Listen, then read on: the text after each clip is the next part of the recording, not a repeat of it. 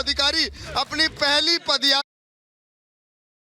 स्वागत है और हम सब जानते हैं कि पश्चिमी उत्तर प्रदेश और बागपत जिला ये किसानी के मामले में पूरे देश में मशहूर है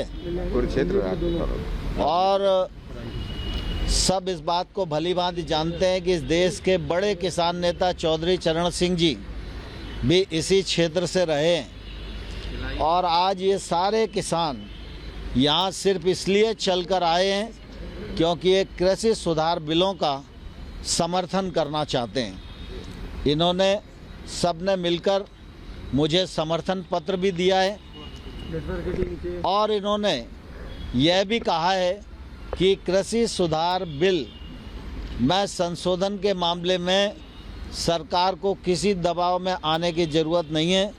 ये बिल बरसों बाद संसद ने पारित किए और इससे किसान के जीवन में खुशहाली आएगी।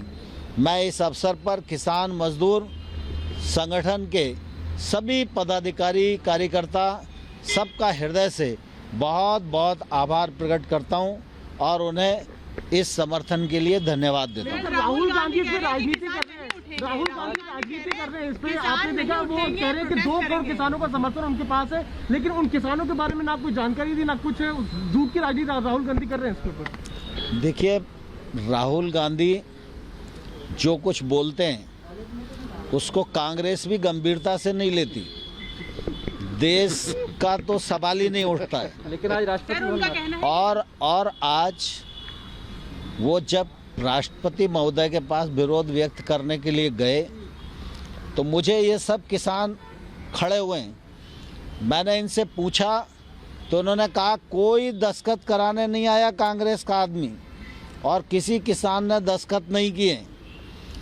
दूसरा, अगर राहुल गांधी को इतनी किसानों की चिंता थी तो जब उनकी सरकार थी तो सरकार के माध्यम से कुछ न कुछ किसानों के लिए कर सकते थे।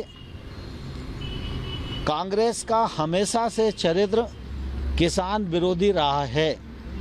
दूसरा, ये तीनों बिल के बारे में 2019 के घोषणा पत्र में राहुल गांधी ने कहा था कि हम सरकार में आएंगे तो एपीएमसी को ख़त्म करेंगे, बिना टैक्स के किसान की फसल की खरीद फरोख्त हो ये सुनिश्चित करेंगे, कॉन्ट्रैक्ट फार्मिंग को बढ़ावा दिया जाएगा और एसेंशियल कमोडिटी एक्ट को समाप्त करके उसको नया बनाया जाएगा। अब मैं राहुल गांधी जी को कहना चाहता हूं कि 2019 में आपने जब अपना घोषणा पत्र जारी किया उस समय आप झूठ बोल रहे थे या आप आज झूठ बोल रहे हो, ये कांग्रेस को स्पष्ट करना चाहिए। 2 करोड़ दस्तखत फर्जी है, आपको लगता है ये फर्जी है? किसानों से बात करो। अभी आप शुरू कीजिए। देश में आपातकाल लगाने वाले लोकतंत्र की दुहाई देंगे तो कौन बर्दाश्त करेगा?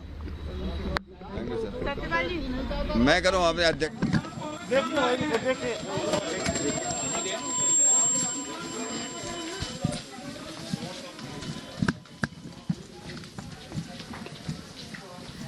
तो कृषि मंत्री नरेंद्र सिंह तोमर को आप सुन रहे थे। उन्होंने कहा कि आज बागपत के किसानों का संगठन ने मुलाकात की है हमसे और अपनी बात रखी है। पश्चिमी उत्तर प्रदेश